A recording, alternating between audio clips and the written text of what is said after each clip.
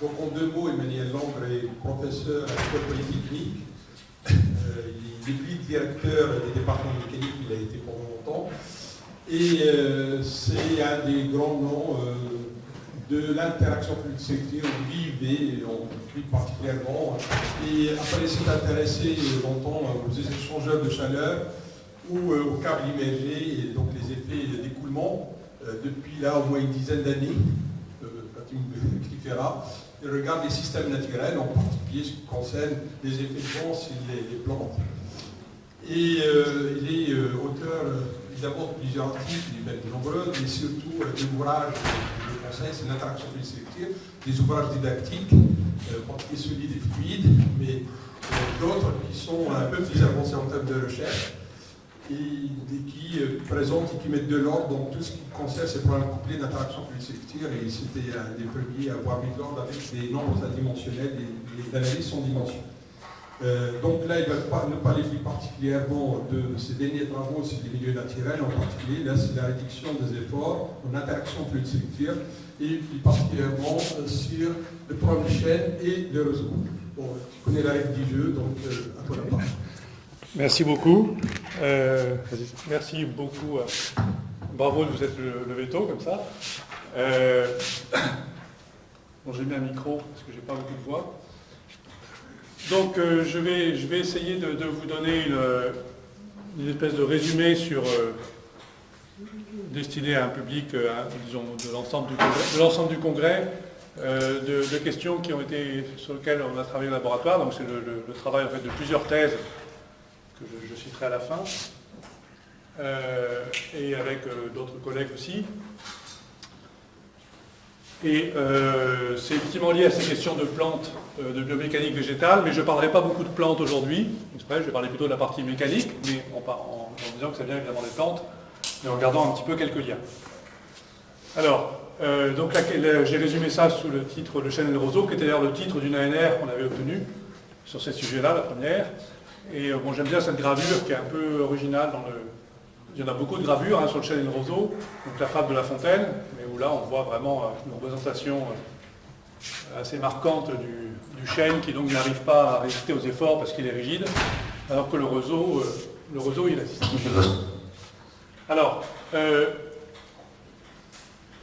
bon, je vais parler de questions statiques, en statique et en dynamique. Donc en statique, donc, ce qu'on appelle la reconfiguration, donc le changement d'effort, l'évolution des efforts au fur et à mesure que les choses se déforment.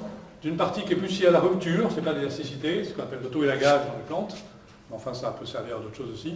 Et puis de quelques aspects dynamiques aussi, plus récents. Alors en fait tout ça, ça a été la première fois formalisé par Stephen Vogel donc dans les années 80, qui a fait à un moment donné des essais sur des feuilles individuelles. Il a mis des feuilles devant une soufflerie et des feuilles de pied. Il a mesuré la traînée en fonction de la vitesse de l'écoulement.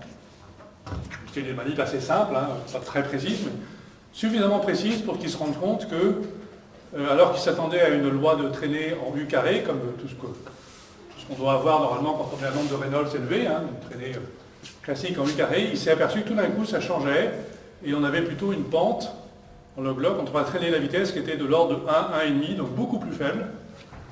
Ce n'était pas un effet de nombre de Reynolds, le nombre de Reynolds était élevé, et il a remarqué que ça correspondait au moment où la feuille commençait à se replier sur elle-même. Il y a toute une description topologique de la façon dont la feuille s'enroule, etc. Et il dit, c'est étonnant, il y a une nouvelle loi de traînée ici, qui est concomitante avec le changement de vent. Et donc la première interprétation qui venait avec les mains, et qu'on peut déjà faire, c'est de dire, bon, qu'est-ce qui se passe quand une feuille comme ça s'enroule un peu avec l'écoulement? Bon, la première chose, évidemment, c'est que la section opposée à l'écoulement change. Donc la traînée, ça dépend, c'est proportionnel à la section opposée à l'écoulement. Et donc, évidemment, ça doit réduire la traînée par rapport à si la feuille était rigide. Donc, ça augmente en U2, mais en même temps, la section diminue, donc à la fin, c'est plus U2.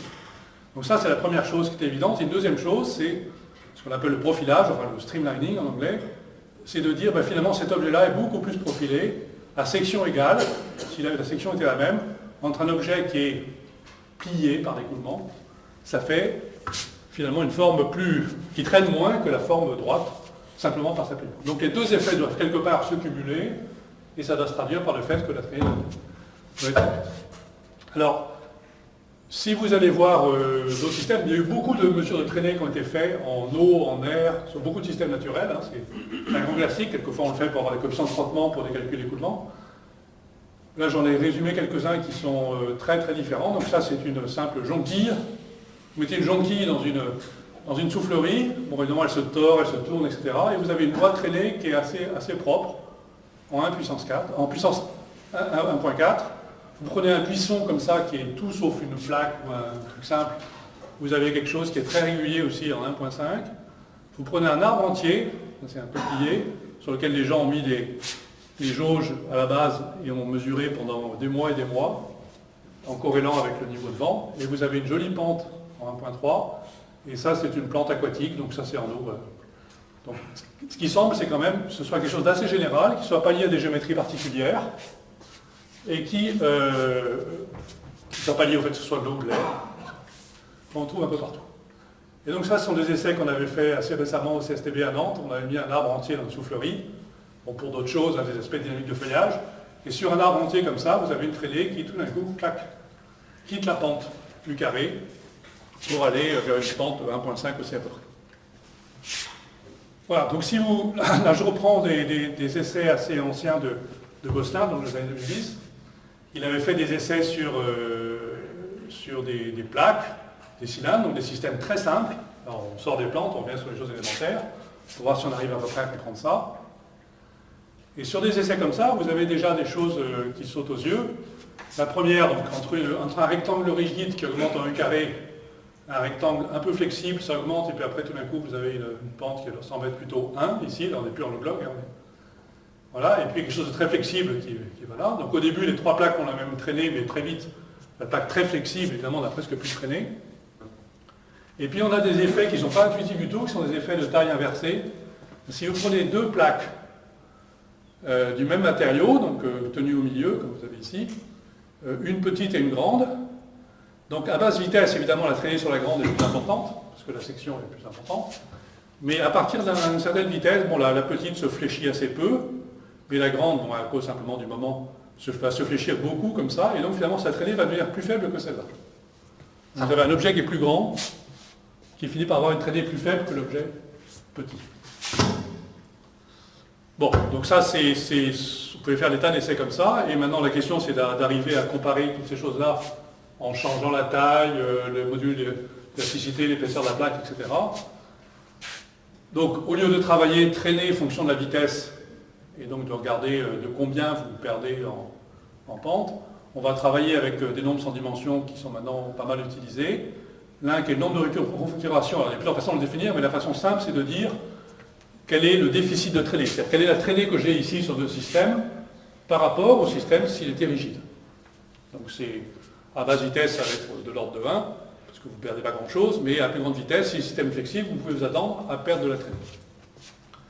Et par contre, le paramètre de chargement, donc ça va être un paramètre qui va faire le ratio entre les éléments du chargement qui sont ρ U2, la pression dynamique, un module de flexion de la plaque, ici, puis la taille, qu'on appelle le nombre de Cauchy. Et donc, ce que vous attendez à ce que cette courbe de traînée modifiée, quand vous augmentez le nombre de Cauchy, ben, quand il est pas trop petit, mettons quand il dépasse 1, ben, finalement, vous allez chuter. La traînée va être plus faible que la traînée rigide, donc vous allez avoir une configuration plus petite que. Donc on s'attend à ça. Ensuite, en termes de modèle, bon, pour pouvoir comparer un peu sur des systèmes aussi simples que ça, la première chose à essayer, c'est le modèle le plus bête qui soit. Vous dites, bon ben ce sont des plaques, enfin ou des poutres très simples. Donc du côté structure, on va prendre un élastica tout bête. Et puis comme chargement, on va prendre tout simplement. Bon, ça serait le cas dans le cas d'un cylindre, ça serait tout simple, mais pourquoi pas sur une petite plaque aussi. On va prendre un chargement normal ici, qui serait directement proportionnel à ρ UN carré, UN étant la vitesse normale. Donc il n'y a vraiment pas plus simple que ça comme modèle. Hein. Donc quelque chose qui dépend de l'inclinaison ici, et qui s'applique au normal à la surface. Donc quand vous mettez ça sous format dimensionnel, c'est une petite équation toute simple à intégrer sur l'angle, et donc vous pouvez résoudre à différentes vitesses d'écoulement, ou plutôt à différents nombres de Cauchy, et votre système va s'incliner comme ça. Donc voilà les ingrédients vraiment je dirais, de l'expérience de base et du modèle de base que vous pouvez mettre en place. Et puis si vous mettez ça ensemble, voilà ce que vous obtenez. Alors bon, ici le nombre de Cauchy a été raboté, mais enfin c'est le même que tout à l'heure. La traînée, donc le nombre de configurations, donc c'est la traînée divisée par la traînée rigide, donc en carré, donc c'est le même.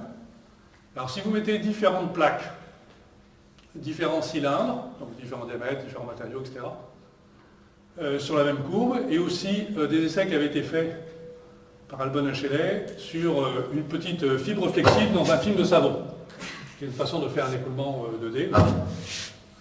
C'est moi qui fais un truc comme ça. Bon, c'est pas grave. Ce que vous obtenez, c'est tout simplement donc, une chute comme ça de la configuration. Donc, les points se mettent assez bien ensemble les uns sur les autres, et le petit modèle un peu élémentaire que j'évoquais tout à l'heure, en fait, correspond tout à fait à ça. Donc finalement, on a l'impression que c'est assez simple. La mécanique des fluides là-dedans, elle est très simple, la mécanique de structure, elle est simple. C'est juste une combinaison des deux, et vous obtenez cet effet-là. Bon, évidemment, c'est un petit peu plus compliqué que ça, mais on peut se poser la question quand même, par contre, puisque finalement, non seulement qualitativement, mais quantitativement, on a la bonne forme de réduction, ça veut dire que les ingrédients qu'on a mis dans le modèle devraient être à peu près corrects. Donc on devrait arriver à interpréter cette nouvelle pente de la traînée, cette nouvelle exposante traînée, par des ingrédients assez élémentaires. Alors il y a une interprétation assez simple qu'on peut faire, qui est la suivante. Si vous prenez une plaque qui est rigide, donc de largeur W et de hauteur L, sous écoulement, eh bien la traînée a une loi d'échelle qui est en ρ U carré, le coefficient de traînée bien sûr, mais ρ U carré fois W fois L. Et donc la dépendance en vitesse, c'est U carré, c'est la traînée rigide à Reynolds, bien sûr. Maintenant, si vous regardez les systèmes qu'on avait là, en fait c'est plus du tout cette géométrie-là. Quand on va loin en nombre de Cauchy, c'est quand le système est bien replié, on n'est plus du tout sur cette forme-là, on est sur une forme qui est complètement comme ça. Et donc finalement, que le système soit égal, soit de taille L ou 2SL ou 3L, ça ne va pas changer grand-chose, ça va rajouter des petits bouts par ici. Et donc, on a l'intuition que la longueur, en fait, n'est plus pertinente dans l'analyse du problème. Et donc on va dire, est-ce que je peux construire une loi d'échelle de la traînée dans laquelle il n'y a plus la longueur initiale, la longueur est perdue. Alors vous avez toujours ρ U2W, et puis il vous faut quand même une longueur pour que ça fasse une traînée. Et la seule longueur qui est accessible dans le système, c'est une longueur qui dépend de la rigidité du système, que je n'avais pas utilisé ici, qui est B sur ρ U2 fois 1/3, qui est en fait cette largeur-là, si vous voulez. Enfin, une échelle de ça. Et donc ça vous fait un U2 sur U2/3, et ça vous fait un U4/3. Donc avec la simple idée que une échelle de longueur est perdue et remplacée par une autre qui dépend de la flexibilité, vous dites, ben, ça devrait augmenter en U4/3 au lieu de U carré. Alors, si vous prenez des données qui ont été faites sur pas mal de plantes, donc il y a eu une review qui avait été faite sur des espèces terrestres et aquatiques. Alors faire des moyennes d'exposants de traînée, c'est un peu douteux au niveau méthodologique, mais enfin on peut dire, c'est pas complètement idiot d'aller voir la gamme dans laquelle on est. On est plutôt dans les 1, 2, 1, 4, 1, 5, et là, donc la loi d'échelle en question, c'est du 4/3, donc du 1,33. Alors, ce qui est toujours un peu surprenant là-dedans, c'est que, initialement, ce qu'on avait, c'était des systèmes très simples, une plaque ou une poutre. L'analogie, je l'ai faite sur de la plaque ou de la poutre, très simple. Et là, les objets dont on parle, vous voyez, c'est pas du tout des plaques et des poutres, mais c'est quand même constitué avec des plaques et des poutres. C'est quand même des systèmes dont la rigidité est la flexion, et dans la flexion. Donc finalement, on peut étendre l'argument précédent à des systèmes complexes mélangeant des plaques et des poutres. À partir du moment où vous perdez les échelles de longueur initiales et vous retrouvez l'échelle de longueur qui vient en fait uniquement du chargement de la rigidité, et bien vous retombez sur 4/3. Donc c'est pour ça que finalement tous ces objets très très très différents ont des lois de traînée qui sont à peu près communes de l'ordre de 1, 1.2, 1.3. Bon, après c'est une réalité asymptotique, c'est pas vrai évidemment partout, donc c'est pour ça qu'on a des grandes différences. Alors à partir de ça, on peut se poser une question, c'est un peu un défi d'ailleurs, c'est comme ça que ça avait été posé, un peu comme un défi, on s'était dit, Est-ce qu'avec ça, on peut faire des systèmes qui ont la loi de traînée qu'on veut? Parce que j'ai des systèmes qui ont une loi, une traînée qui diminue avec la vitesse, ou qui augmente avec la vitesse. Et donc on s'est dit, est-ce qu'on pourrait avoir des systèmes dont la traînée n'augmente pas avec la vitesse? Alors pour un connaisseur des fluides, c'est assez choquant de dire, je vais doubler la vitesse, la traînée sera toujours la même. Si vous prenez le même argument, donc vous avez vu ce qui faisait ici la chute de la traînée, c'est le fait que l'échelle de longueur ici diminuait avec la vitesse. Et bien en fait, si vous construisez un objet dont l'échelle de longueur en question diminue avec u carré, ben vous allez tout simplement annuler les deux dépendances en vitesse. Et en fait, c'est ce qui se passe si vous avez un système dont la rigidité ne vient que de la tension. Ce n'est pas de la rigidité de flexion, c'est que de la tension. Ben, si c'est la tension, à ce moment-là, ce qui est homogène à la tension, c'est du ρu2 ici. Et donc, ben, ce système-là, s'il était par exemple une membrane tendue ou un fil tendu, devrait avoir une traînée indépendante de la vitesse. Alors, ben, il suffit de faire l'expérience. Alors, il y a en fait toute une classe de systèmes qui font ça. Il y en a un qui est assez simple, c'est le super roseau, on va appeler ça. Voilà l'idée. Donc, vous prenez un petit ruban, donc c'est un ruban très très flexible, c'est en plastique, vous fixez ici un capteur d'effort, et au bout du ruban, vous mettez un petit poids. Enfin, un poids. Un petit poids. Un poids, voilà. Ce poids ici va induire une tension, et puis vous mettez ça sous écoulement. Alors, sous écoulement, qu'est-ce qui va se passer? Bien, au début, votre truc est vertical, et puis au fur et à mesure que vous augmentez la tension, hop, ce truc va se lever ici. Bon, ici, vous avez quand même un petit peu de rigidité à la base, qui fait que ce n'est pas complètement vertical. C'est une petite couche limite de flexion. Et donc, ça se met à partir vers l'arrière, comme ceci. Maintenant, si vous regardez la traînée, donc au début, la traînée augmente bien en u carré, là, quand vous êtes quasiment vertical. Et puis, au bout d'un moment, donc la traînée, c'est la projection de ça vers l'horizontale. Au bout d'un moment, le système, ici, est quasiment horizontal en haut. Et à ce moment-là, vous voyez l'expérience, c'est traînée qui augmente en U01, ce qui est vraiment très très faible. En fait, ce qui se passe, c'est tout simple, c'est ce qu'on appelle une poulie fluide. C'est que finalement, comme les efforts liés à l'écoulement sont des efforts normaux, là-dedans, essentiellement, ben quand vous avez des efforts normaux sur un fil, vous savez que la tension ne change pas, puisque les efforts sont tempéralement normaux, n'interagissent pas avec la tension, et donc la tension, c'est uniquement le poids à l'extrémité, donc vous retrouvez le poids à l'extrémité, en fait. C'est le fluide joue le rôle d'une poulie, et donc dès que le truc est à peu près incliné, après vous avez une solution quasiment exacte qui est un arc de cercle ici, puis un bouclin ici. Donc c'est tout simple, et ça fait un objet dont la traînée ne dépend... quelque chose. Dont la traînée ne dépend pas de la vitesse. Non,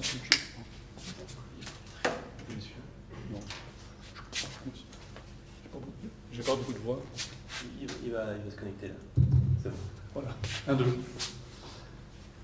Voilà, donc tous ces systèmes-là, en fait, auront une traînée indépendante de la vitesse. Alors à quoi ça peut servir ça? Bon, ben, on peut faire des systèmes comme ça dont l'immersion ne dépend pas de la vitesse de la vitesse à laquelle on les traîne dans l'eau, enfin des applications autour de ça. Il y a un brevet que personne n'a acheté pour l'instant.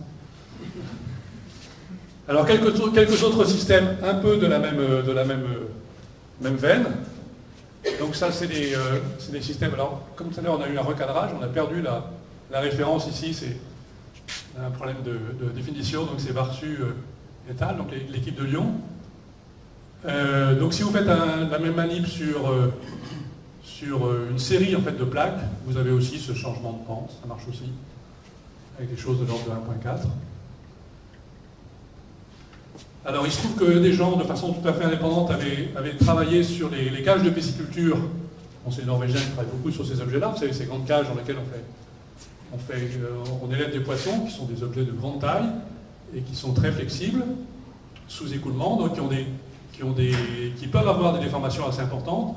Quand on mesure les traînées de ces objets-là, qui sont très importants pour connaître les systèmes d'ancrage à mettre, on s'aperçoit que les traînées en fait, augmentent au début en u carré, puis ensuite vont sur des lois encore différentes, un peu plus faibles que le calcaire dont je parlais, parce que c'est des systèmes liés à la tension aussi. Donc il y a pas mal de travail là-dessus, sur la configuration de ces objets-là, sous écoulement, et l'évolution de la traînée. Alors il y a une extension aussi de ces trucs-là à bas Reynolds. Donc ça, c'est des travaux dans l'équipe de Beko Ozoy, on avait regardé aussi le lien. Comment est-ce qu'on pouvait changer, finalement, transférer tout ça vers Reynolds. Alors, vers Reynolds, les choses sont très différentes, parce que la traînée de base n'est pas en U carré, elle est en U. Donc, toutes les lois d'échelle dont on parle, elles changent. Mais on peut faire quelque chose aussi.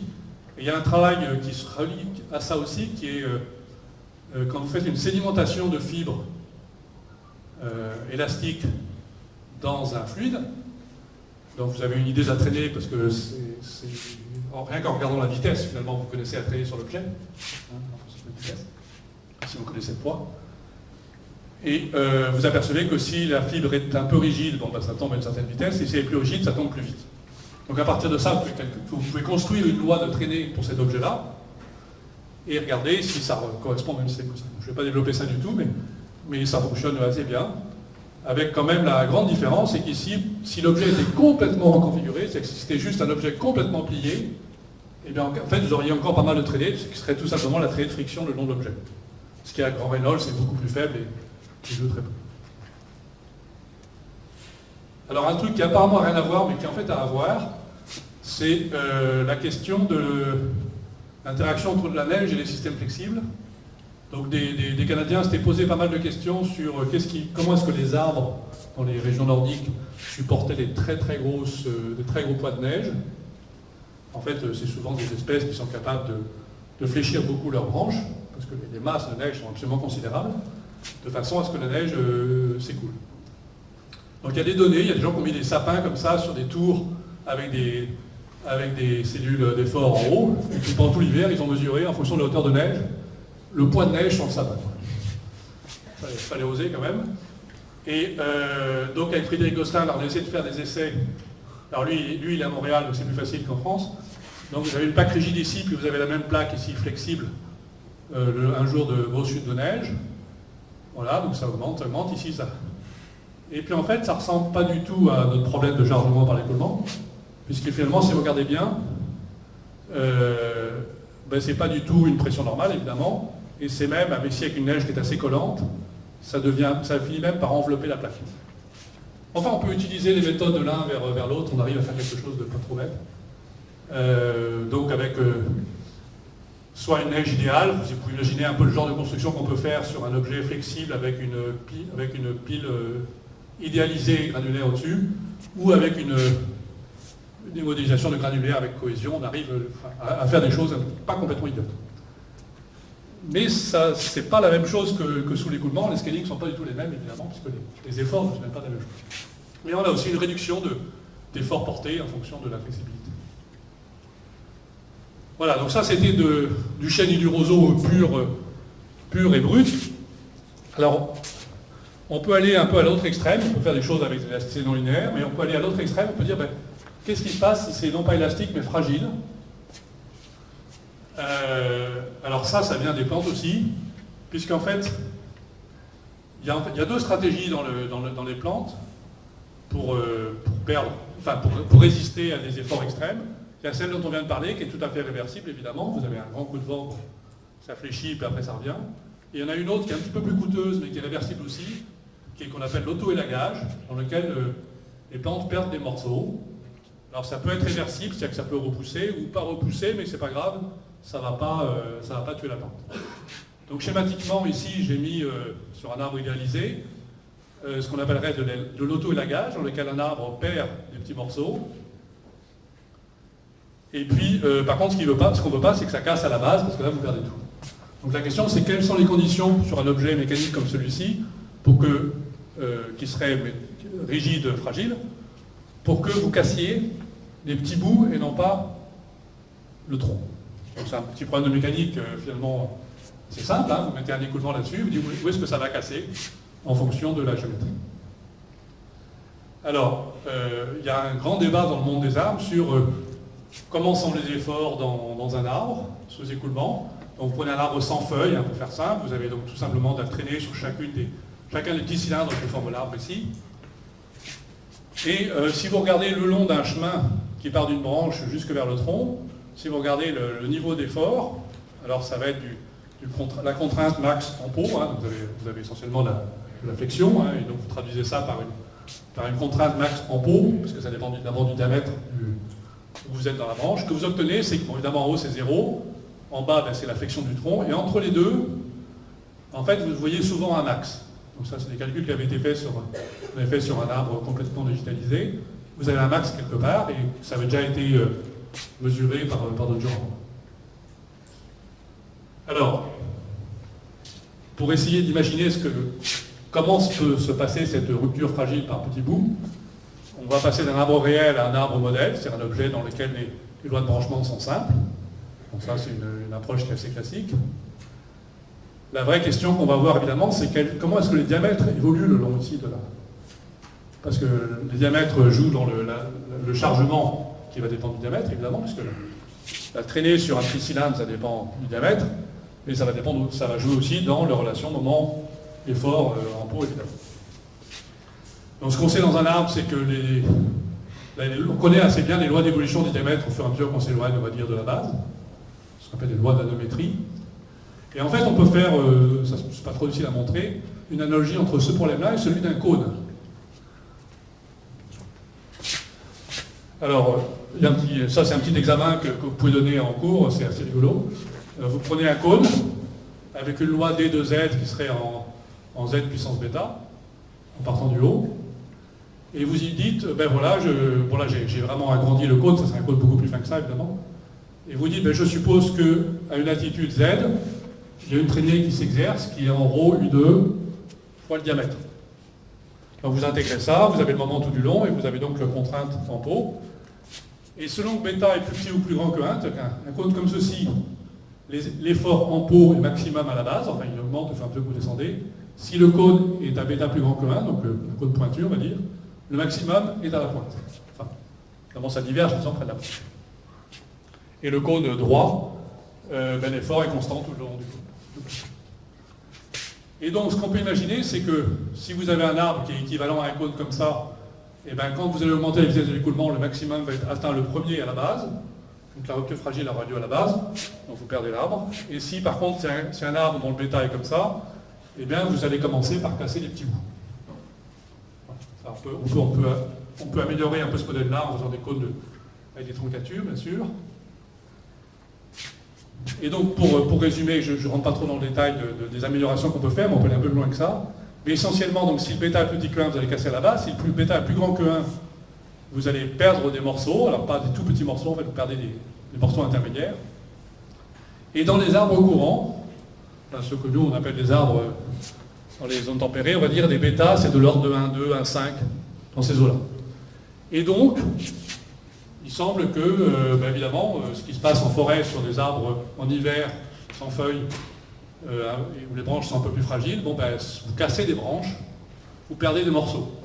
Ce n'est pas des branches mortes, c'est des branches qui se cassent, simplement parce que c'est là que les efforts sont maximaux. Alors une grande question c'était, est-ce que ces deux stratégies sont alternatives? Ça c'est plutôt une question de physiologie végétale. Est-ce que c'est soit vous êtes dans la réduction d'efforts par flexibilité, soit dans la réduction d'efforts par rupture? Alors en fait, ça peut être les deux. Vous pouvez avoir des systèmes qui enchaînent, qui sont d'abord élastiques. Donc maintenant, vous prenez un truc qui serait élastique fragile. Donc au début, quand vous augmentez la vitesse de l'écoulement, c'est U carré. Ensuite, quand vous commencez à fléchir, là c'est sur une simulation de Poisson, eh bien vous êtes en U, on va dire quasiment 4 tiers. Et ensuite, vous commencez à perdre des morceaux. Et voilà, vous enchaînez l'un derrière l'autre. Et en fait, le même objet végétal, au cours de sa vie, au début, quand il est jeune, il est souple. Donc il est en U, voilà, c'est par configuration élastique, et quand il est moins jeune, il est moins souple, et il commence à perdre des morceaux, et c'est tout simple. Voilà, donc ça c'est sur la partie strictement statique, la partie dynamique va être un petit peu plus courte. Donc essentiellement, vous imaginez qu'on peut, avec des modélisations simples comme ça, finalement, construire des lois d'évolution des efforts dans des systèmes comme cela, en prenant en compte leur déformation. Avec évidemment donc des traînées des efforts qui ne vont pas du tout être en U carré, parce que les systèmes sont beaucoup plus déformables ou fragiles que les systèmes industriels. Alors en dynamique, la question est un petit peu différente. Si vous vous rappelez peut-être le film que je vous ai présenté au début, En fait, au bout d'un moment, quand vous fléchissez, là on augmente la vitesse, au bout d'un moment, vous avez tout d'un coup, vous allez voir le bout ici, qui se met à flotter, ce qu'on appelle un flottement, c'est un mouvement de drapeau si vous voulez. Et alors, on peut se poser la question, oui, mais si le système est très flexible, finalement, ça va se mettre à faire ça, et là, ça va traîner encore plus. Donc, on va perdre l'effet de la flexibilité. Donc, pour ça, ben, il faut aller voir. Alors, ça peut se mesurer aussi, c'est un peu plus compliqué, mais on va déjà regarder par le calcul. Donc, on va prendre finalement le même modèle d'Elastica. On va rajouter des termes d'inertie. On va rajouter, donc tout à l'heure on avait de la traînée ici, c'est la même. Et puis là on a des termes qui sont ce qu'on appelle une force réactive, hein, qui viennent finalement de l'interaction entre le mouvement de la fibre et le fil qui est autour, parce qu'on a des effets qui sont proportionnels à la masse ajoutée. Donc ça c'est des modèles assez classiques. Encore une fois la ligne d'en bas a sauté là, ça c'est Latil, et puis Candelier, et puis ça c'est aussi plus classique. Alors si vous faites ça, bon ben là on est sur des modèles de drapeaux assez simples, hein, simplement vous combinez un drapeau avec un objet, ce n'est pas un drapeau qui est tout droit, c'est un drapeau qui est flexible et qui commence par être perpendiculaire à l'écoulement. Donc, vous combinez finalement une flexion avec une possibilité de flottement de drapeau à l'extrémité. Alors vous obtenez, en fonction du fait que vous avez un fluide lourd ou léger, vous obtenez des courbes de stabilité, c'est-à-dire à partir de, en dessous d'une certaine vitesse, eh bien, votre système se fléchit comme on avait en statique, la solution statique est valable, et puis à partir d'une vitesse critique, vous dépassez, cette solution-là devient instable. Donc là, on est vraiment dans les modèles de drapeau très classiques, hein, c'est des choses qui ne sont pas très étonnantes, on obtient là, et vous avez une instabilité linéaire, vous pouvez calculer un cycle limite, et vous avez des mouvements que je vais analyser après. Donc, voilà, donc on peut avoir une instabilité à partir d'une stabilité d'écoulement, mais la question maintenant, c'est pas est-ce que c'est instable ou pas, c'est est-ce que ça change la traînée sur le système. Alors si vous regardez les cycles limites, on a vraiment deux cas qui peuvent arriver, des cas avec un beau cycle limite périodique, vous voyez, là vous avez un cylindre, si vous voulez, qui s'est vraiment mis à battre dans l'écoulement, donc c'est un grand cycle limite, et puis là vous avez un truc qui fonctionne un peu comme un fouet dans l'écoulement maintenant. Quelque chose d'assez non périodique. Donc quels sont les efforts là-dedans? Évidemment, c'est pas très évident à voir. Alors il faut les regarder. Et voilà une courbe synthétique que je vais essayer d'expliquer. Donc voilà, toujours pareil, la reconfiguration. Alors la configuration, maintenant, on ne peut plus parler simplement de la traînée. On va être obligé d'aller chercher l'endroit où l'effort est maximal. Ce n'est pas forcément à la base. Hein, ça peut être ailleurs, puisqu'on est là en dynamique. On va chercher le pire effort. Et voilà, donc si j'étais en statique, c'était la courbe qu'on avait tout à l'heure ici. Maintenant, ici, je suis stable, donc ça ne bouge pas, donc ça ne change pas. Et puis tout d'un coup, ça se met à osciller. Alors si vous faites la moyenne temporelle des efforts, ce que vous observez, c'est que bon, c'est un peu plus d'efforts qu'en statique, donc c'est-à-dire que le flottement de drapeau induit des efforts supplémentaires, mais qui ne vous remontent pas quand même jusqu'à l'effort sur le système rigide. Donc c'est pas mal. Maintenant, si vous allez un petit peu plus loin, dans certains cas, de temps en temps, pouf, et que vous allez voir les maximums, non pas la valeur moyenne, mais le maximum temporel, est-ce que de temps en temps j'ai des efforts qui dépassent un seuil, vous apercevez que de temps en temps, vous avez des efforts qui sont plus importants sur le système flexible que sur l'objet s'il avait été rigide dès le début. Ce qui n'est pas du tout intuitif. Hein.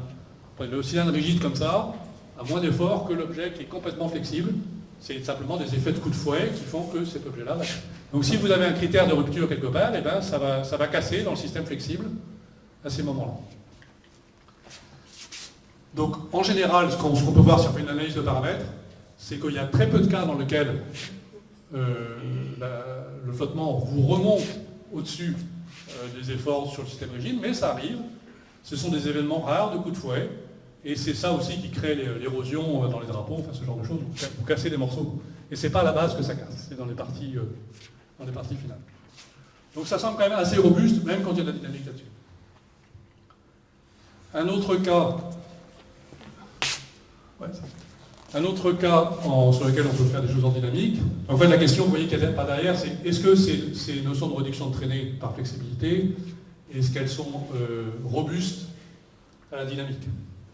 Est-ce que finalement, dès que les choses se mettent à bouger, avec de l'inertie, est-ce qu'on perd tout ça? Donc le côté flottement, on est à peu près clair. Il y a un autre côté qui est moins intuitif, qui est un écoulement oscillant. Alors ça, c'est pas une plante, hein, c'est une gorgone, une espèce de corail flexible, si vous voulez. Bon, enfin, ça marche aussi sur des plantes. Donc, ils sont dans des endroits dans lesquels vous avez la surface de l'eau est pas loin au-dessus. Ici, vous avez des très grandes alternances de vitesse. Et ces objets-là doivent être flexibles, sinon, évidemment, ça casserait tout de suite, mais pas trop flexibles, parce qu'en fait, ils vivent en interceptant l'écoulement.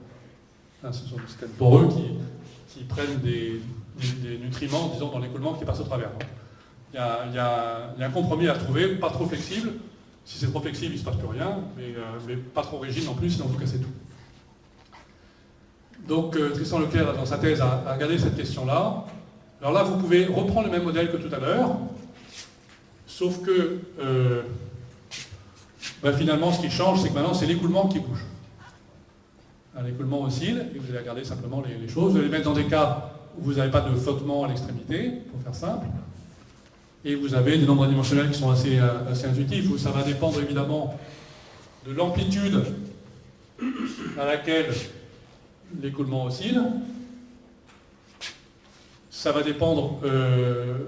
alors, bon, il y a un autre nombre qui est l'autre dimension ici, la largeur, et ça va dépendre de la fréquence de cette oscillation par rapport à la fréquence propre du système mécanique. Alors, avant d'aller un peu plus loin dans le numérique, on a fait une expérience qui me semblait indispensable parce que ce n'était pas évident que ces modèles précédents aient été adaptés à ça. On a mis une petite lame flexible dans un aquarium et on l'a oscillé, comme ceci, donc la lame va osciller, c'est pas l'écoulement qui oscille, c'est la lame, mais c'est la même chose. Et donc après on inverse et on change de repère, donc vous avez l'expérience ici qui est le truc en bleu. Et puis voilà ce que vous donne ce genre de modèle. Donc c'est pas complètement idiot à l'œil. Bon, après on peut regarder les efforts, les amplitudes, bon, donc ça correspond assez bien. Donc on a assez confiance dans le fait que, en tout cas dans les grandes lignes, des modèles aussi simples que ça peuvent représenter la dynamique de l'objet. Alors si vous regardez de façon un peu systématique numériquement ce qui se passe en fonction des paramètres, vous tombez assez vite sur des régimes qui sont très très différents. Alors celui que je viens de montrer à l'instant, c'est un coup à droite, un coup à gauche. Hein, ce qui se passe sur la gorgone, c'est un petit peu ça, là, ici, on appelle un flip-flap. Flap à droite, flip à gauche, etc. Mais vous imaginez maintenant que si le fluide bouge plus lentement, vous réduisez la fréquence, vous allez avoir un mouvement qui est purement passif, quasi statique. Hein, vous allez avoir en fait de la configuration vers la gauche, de la configuration vers la droite, tout simplement. Hein. Maintenant, vous imaginez que si vous changez l'amplitude, si vous augmentez en fréquence, si vous êtes à haute fréquence, eh bien en fait, vous allez obtenir une réponse qui est une réponse vibratoire de votre objet. Hein, vous faites une oscillation comme ça sur une poutre verticale, vous avez une réponse vibratoire avec une réponse modale ici. Et puis entre les deux, ça c'est quelque chose qui a été trouvé par des gens dans les expériences avant, une réponse convective, c'est-à-dire que vous avez en fait des ondes qui se propagent de la base vers le haut. Donc on peut regarder chacun de ces régimes, et en fait dans chacun de ces régimes, si vous regardez bien, les efforts, pareil le max du max, en fonction de la fréquence d'excitation. Donc dans le régime modal, eh bien évidemment si vous avez une résonance, là c'est pas bon du tout, hein, vous avez des efforts qui vont augmenter considérablement par rapport, pareil, aux efforts sur l'objet qui serait rigide. Pour un objet rigide sous écoulement oscillant, il y a des efforts dedans importants, mais vous pouvez avoir des efforts pires si vous êtes à la résonance. Dans le régime convectif, donc celui dans lequel vous avez une propagation d'onde vers le haut, les efforts sont toujours beaucoup plus faibles. Et dans le régime flip-flap, là, alors c'est pas du tout intuitif de savoir si les efforts là-dedans peuvent dépasser les efforts sur le système rigide. Il faut les regarder d'assez près. Mais en fait, c'est moins sévère que le cas des coups de fouet dont je parlais avant, là, en flottement. Les efforts, en fait, restent toujours assez faibles. Voilà, vous avez quelque chose, on peut faire un petit calcul en plus tout bête, hein, de couche limite autour de ça, et montrer que de couche limite structurelle, hein, et de montrer que la traînée dépend de la taille de cette couche limite, et donc on a une couche limite moins un tiers ici. On retombe en fait sur les lois de traînée en quasi-statique, à quelque chose de pareil. Voilà, donc finalement, si on prend tous les cas en dynamique, les seuls cas où on peut avoir des efforts plus grands sur le système flexible que sur le système rigide équivalent, c'est quand on est vraiment sur le système à faible amplitude et des fréquences qui sont pile à la résonance. Mais bon, ça c'est quand même des cas assez rares et on peut montrer que ça existe que sur des objets assez courts. Voilà, donc pour conclure, donc ce panorama un peu rapide, hein, donc la réduction d'efforts sous écoulement par flexibilité, ça semble assez robuste. C'est que même si je mets un peu de dynamique dessus, si je change les géométries, si je passe, etc., j'ai l'impression que c'est toujours un peu là. Enfin, alors on peut trouver facilement des systèmes dont la flexibilité augmente la traînée. Hein. Vous prenez tout simplement une plaque qui est inclinée vers l'écoulement comme ceci, l'écoulement qui vient d'ici. Au début, il n'y a pas beaucoup de traînée, puis avec la flexibilité, il va se mettre en travers. Évidemment, ça augmente. Hein. Mais sur le long, mais à grande vitesse, ça va passer par derrière. Le truc peut-être important, c'est que finalement des modèles assez simples, aussi bien du côté structurel que du côté écoulement, hein, c'est pas des choses très compliquées, finalement permettent de comprendre un peu ce qui se passe et de prédire l'essentiel de ce qu'on a vu.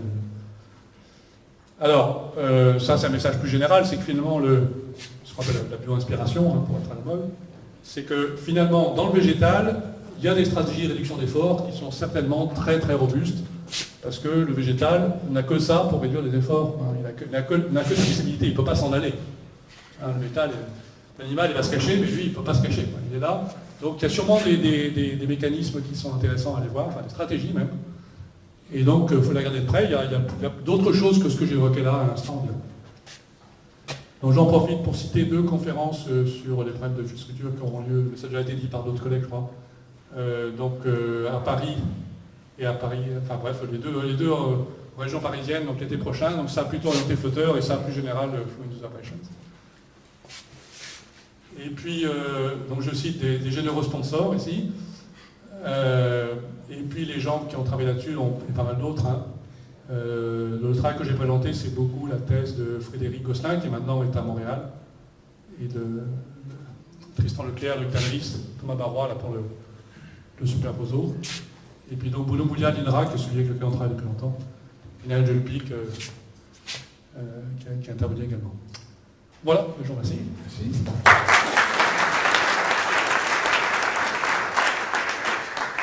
Bien, on a au moins 8 minutes pour une question.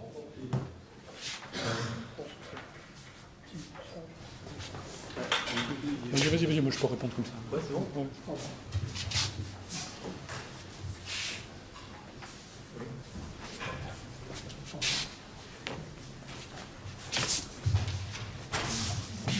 Merci pour ce une question, là tu as présenté ce qui se passe autour d'une structure. Maintenant un arbre c'est une forêt de structures, donc il y a sans doute un rôle de l'organisation relative des branches et la question des interactions de sillage qui doivent intervenir. Oui,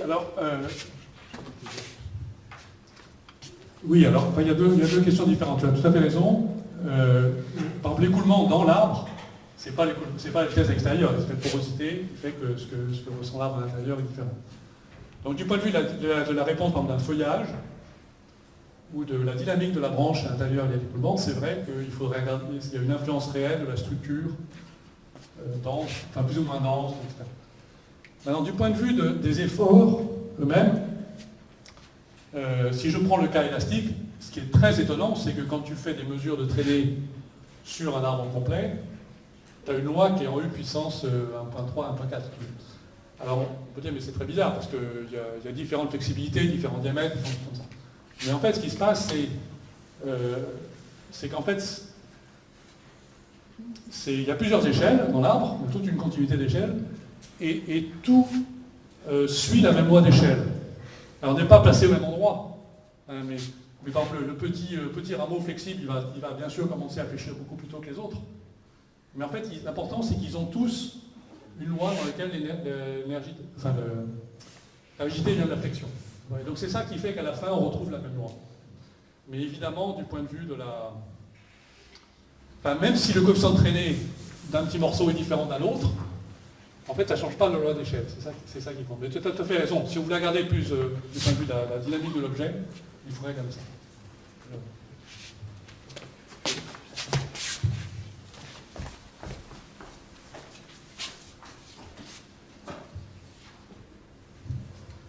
Imaginons un roseau derrière un chêne.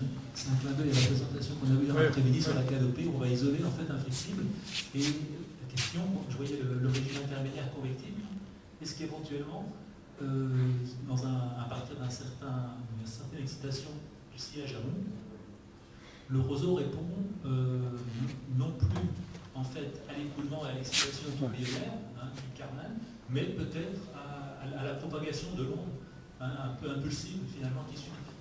Je ne sais pas quelle est l'interprétation. Oui. Alors, il y a deux, ça dépend vraiment de ce qu'on cherche à regarder.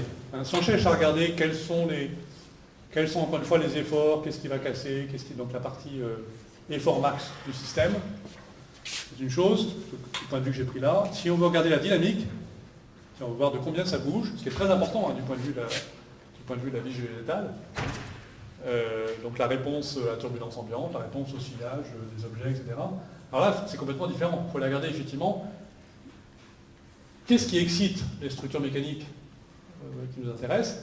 Est-ce que c'est une turbulence, est-ce que c'est une couche limite turbulence parce que c'est un arbre isolé qui voit arriver une belle couche limite sur une prairie? Est-ce que c'est un arbre qui est dans une canopée d'arbres?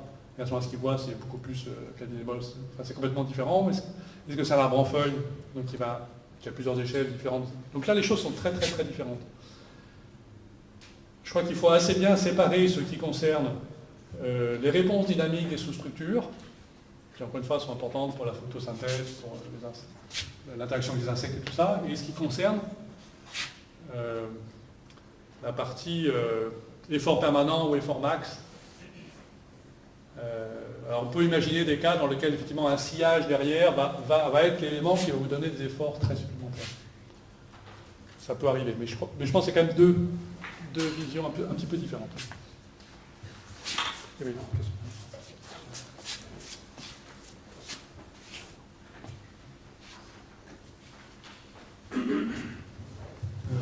Peut-être ce qui pourrait expliquer en fait le caractère un petit peu universel des lois d'échelle qu'on peut trouver d'une espèce à une autre, c'est que, on va dire, dans un arbre, dans un arbuste, en fait, ce qui compte, c'est la densité de surface foliaire, et ça, c'est les éléments les plus fins qui comptent le plus, on va dire, dans la surface de résistance que va faire le tronc et tout ça. Finalement, ça compte pour peanuts. Donc, ce qui compte, c'est... Oui. Oui, alors... C'est vrai que, ça dépend vraiment beaucoup des espèces, mais on peut imaginer une espèce, pour faire simple, on va dire une espèce dans laquelle il y a une charpente de bois et dessus plein de petites feuilles, d'accord. Bon, évidemment, les éléments de rigidité, la flexibilité des feuilles, les feuilles vont se configurer bien avant les branches elles-mêmes. Donc, dans une limite comme ça, on peut dire que c'est une somme de feuilles individuelles, donc on tombe sur le truc du début. Ça, c'est un cas un petit peu extrême. Même dans un grand arbre, comme vous voyez là, vous avez quand même vous pouvez avoir des flexibilités, disons des rameaux, des deux ou trois dernières générations de rameaux, qui sont suffisamment flexibles pour que, en fait, il faut savoir que ce n'est pas la traînée sur eux qui va compter, c'est la traînée sur les feuilles qui portent. Si vous avez un rameau qui porte 150 feuilles, et que lui-même est flexible, lui, c'est pas la traînée sur la petite tige, qui compte, c'est la traînée sur toutes les feuilles. Donc finalement, vous avez quand même très souvent plusieurs échelles de flexibilité, mais qui, encore une fois, toutes procèdent du même principe. Voilà. Alors il y a quelquefois des systèmes comme le buisson que j'évoquais, là, c'est un buisson, c'est que des feuilles pareilles, tout le monde va de la même façon. Mais même quand il y a plusieurs échelles différentes, finalement c'est la même chose à chaque fois. Et vous avez raison, il y a des cas dans lesquels, rien qu'à regarder, on voit que c'est très découplé. Peut-être une toute dernière, mais en cours, sinon ça reste. Oui, merci pour votre présentation. Moi, je me posais la question de savoir si on pourrait prendre en compte l'adaptation de l'arbre en tant que tel, lorsqu'on a un pied par exemple, qui n'est pas homogène, des effets de torsion par exemple du tronc, pour mettre l'arbre dans le bon axe pour limiter cette traînée. Oui, alors, dans du végétal et une structure qu'on fait par l'homme, la première chose, c'est que l'arbre, il a poussé là. D'accord? Donc ça, par exemple, même simplement les feuilles, par exemple, hein, les deux clones, et vous mettez un des clones en zone ventée, ben la taille des feuilles vont être différentes. D'accord? Donc déjà, les traînées, etc. En plus, vous avez des effets de forme qui peuvent intervenir, vous avez des rotations, vous avez toute une histoire de l'arbre qui fait que l'objet sur lequel vous travaillez a déjà intégré, notamment dans tout simplement sa répartition de diamètre, longueur, tout ça, le fait qu'il y ait eu des efforts dans sa croissance. Ça, c'est très important, c'est toute la thymomorphogénèse, c'est la façon dont les efforts jouent sur la croissance. C'est la grande spécialité de Bruno Bougnat, là. Ça joue un rôle qui est très très important, de tout à fait raison. En air et en eau aussi, hein, les plantes aquatiques. Pour une plante aquatique, vous la mettez dans un étang, alors qu'elle habituellement elle pousse dans une rivière. Bon, en dehors des effets échanges liés à l'écoulement, c'est pas la même plante. Hein.